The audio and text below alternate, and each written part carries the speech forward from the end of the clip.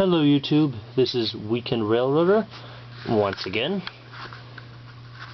I don't know, actually I don't think I've ever showed you this before, but recently I've been given a couple gifts from some people I know or people I just recently met of train stuff.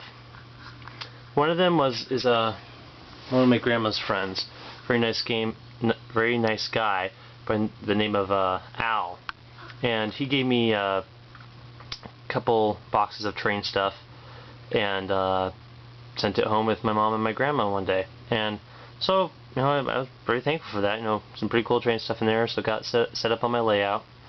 A couple days later, Al came over to see my layout, and very nice guy. I think he and his brothers all did trains when they were younger, and he liked the layout. And a couple weeks later, when we were at my grandma's for dinner, he came over and brought me 2 coolers and several boxes full of trains, mostly HO equipment, which you'll hopefully see in another video here, but also in there was this Lionel train.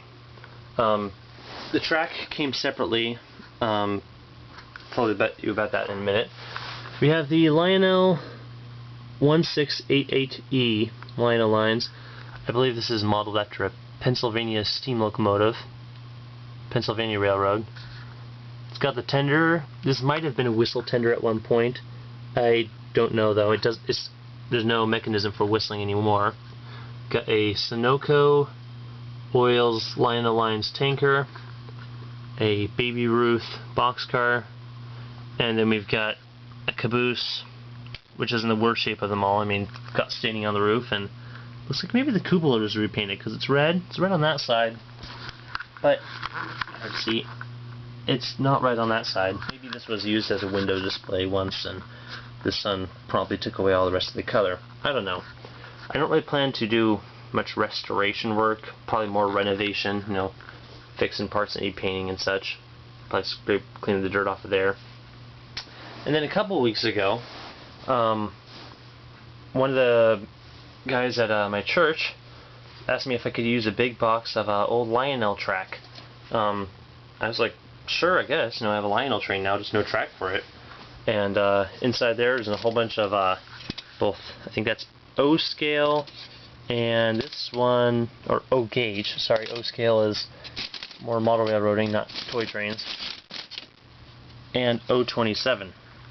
It's an interesting learning experience for me. I learned these are actually both O gauge, but O27 refers to the fact that I think it can make a tighter circle. You'll notice that the pins are different. These pins actually look to be homemade, but usually the pins are smaller on this one, and the regular O, I think, has larger radius curves, meaning you can operate longer equipment. And also you can see the ties are a little bit thicker, a little bit more raised, and they say Lionel and NY for, I believe, New York on there. Plus the pins are bigger. However, the two are compatible, just super long engines can't fit through the curves of O27. They can usually fit through the regular O curve. And then, so I got a loop of that track clean-ish to test out the locomotive. This is my first time delving into really anything Lionel or toy train template-ish, anything.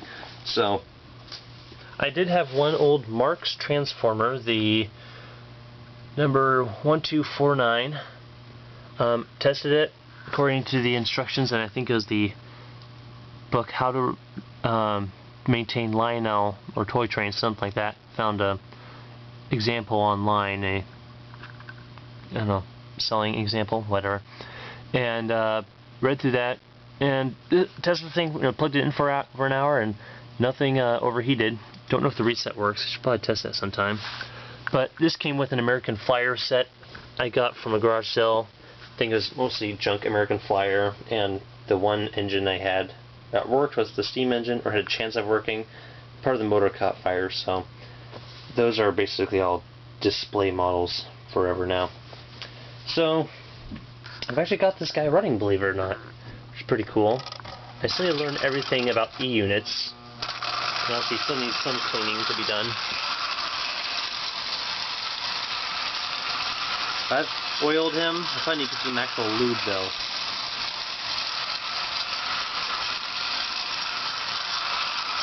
So.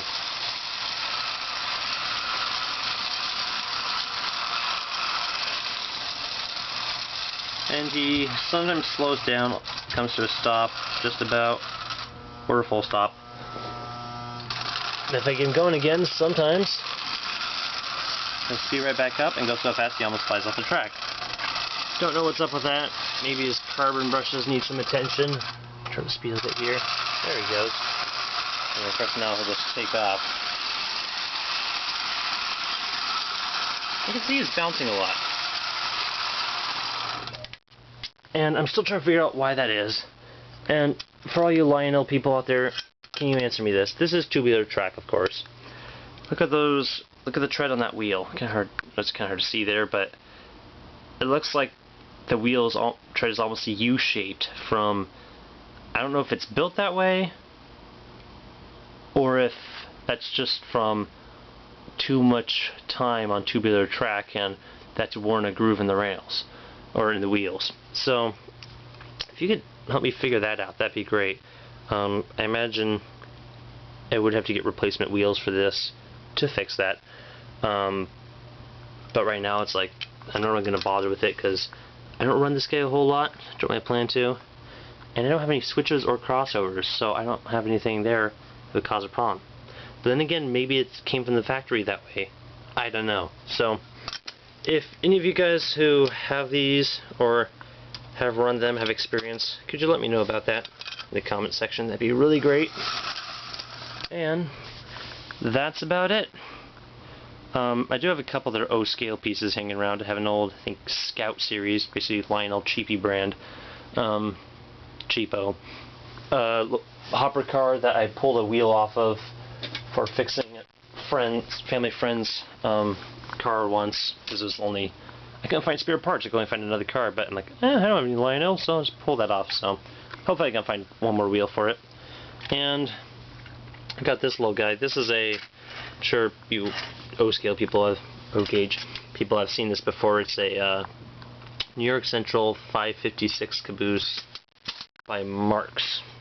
And this thing looks like it got left outside in the dirt. I mean, yeah, that side's okay. This side is just horrible. And I know these actually aren't that collectible just because they look on eBay and there's tons of them. I mean, I saw one set with 8 of these. 4 needing parts, I think like 4 others that worked just fine, and had good paint, going for $1. I paid $6 for this guy at a thrift store up in Langley, but I just kind of felt sorry for him, and I'll probably eventually strip off all that paint, at least get rid of the rust, and repaint him. So he runs, just don't have anything to run him with because those couplers are different. I guess I could use a paper clip or something, but that's about it. So the only other O-scale I have is this little Toy State train set. It was kind of my introduction into larger scales and HO. I was like, it's kind of nice to have a little bit bigger train. And then they've got of course, the G-gauge Scientific Toys train set. By the way, both of these engines, I blinded the drivers on them just so I could run them on bumpier, tighter track and such. But oh well, I don't usually like to use this guy very much indoors because he does have smoke juice, and in confined spaces, smoke juice can just make you sick. So that's about it. I guess I will talk to you later. And once again, if you could enlighten me on wheel tread factory design for Lionel locomotives. This one, by the way, is from about circa 1940, I believe. So that's all. Talk to you later.